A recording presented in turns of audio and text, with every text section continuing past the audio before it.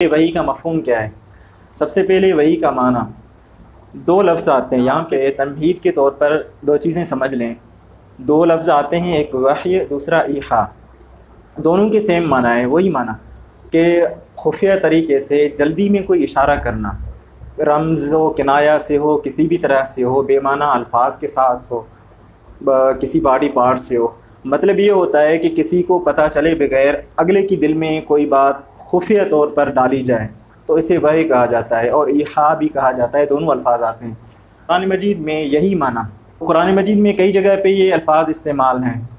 Number پہلا انبیاء کے لیے قرآن مجید کی آیت ہے فَخَرَجَ عَلَىٰ قَوْمِهِ مِنَ الْمِحْرَابِ فَأَوْحَىٰ إِلَيْهِمْ أَنْ سَبِّحُوهُ بُكْرَةً وَعَشِيًّا۔ زکریا علیہ السلام کے لیے کہ جب وہ عبادت گاہ سے نکلے تو ہم نے ان کے دل میں ایک وحی ڈال دی، ایک بات ڈال دی۔ اور نمبر دو پہ ملائکہ کے لیے بھی یہی ورڈ استعمال ہوئے ہیں، اور ملائکہ کے لیے بھی یہی الفاظ استعمال ہوئے ہیں اِذْ يُوحِي رَبُّكَ إِلَى الْمَلَائِكَةِ، تو ہم نے وحی کے ذریعے ملائکہ کے دل میں یہ بات ڈال دی۔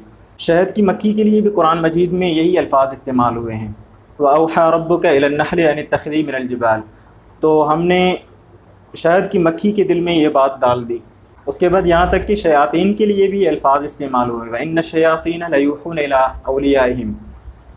غیر نبی کے لیے، موسیٰ علیہ السلام کی والدہ کے لیے الفاظ ہیں وَأَوْحَيْنَا إِلَىٰ أُمِّ مُوسَىٰ أَنْ أَرْضِعِيهِ، موسیٰ علیہ السلام کی والدہ کے دل میں ہم نے یہ بات ڈال دی۔ تو آپ نے دیکھ لیا کہ یہی الفاظ نبی کے لیے بھی استعمال ہیں، غیر نبی کے لیے بھی استعمال ہوتے ہیں، لیکن یہ وحی کی لغوی معنی تھی۔ اصطلاحی وحی کا اصطلاحی معنی ہے کلام اللہ المنزل علی نبی من انبیاءہ، وہ کلام جو اللہ تعالیٰ اپنی انبیاء کے اوپر نازل کرتے ہیں۔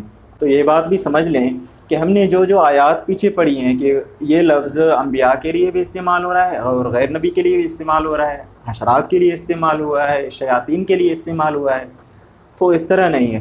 وحی کا لفظ حد شہرت کی وجہ سے، انتہا شہرت کی وجہ سے صرف انبیاء کے ساتھ خاص ہے، یعنی وحی کا لفظ صرف انبیاء کے لیے ہی استعمال ہو سکتا ہے، غیر نبی کے لیے وحی کا لفظ استعمال نہیں ہوگا۔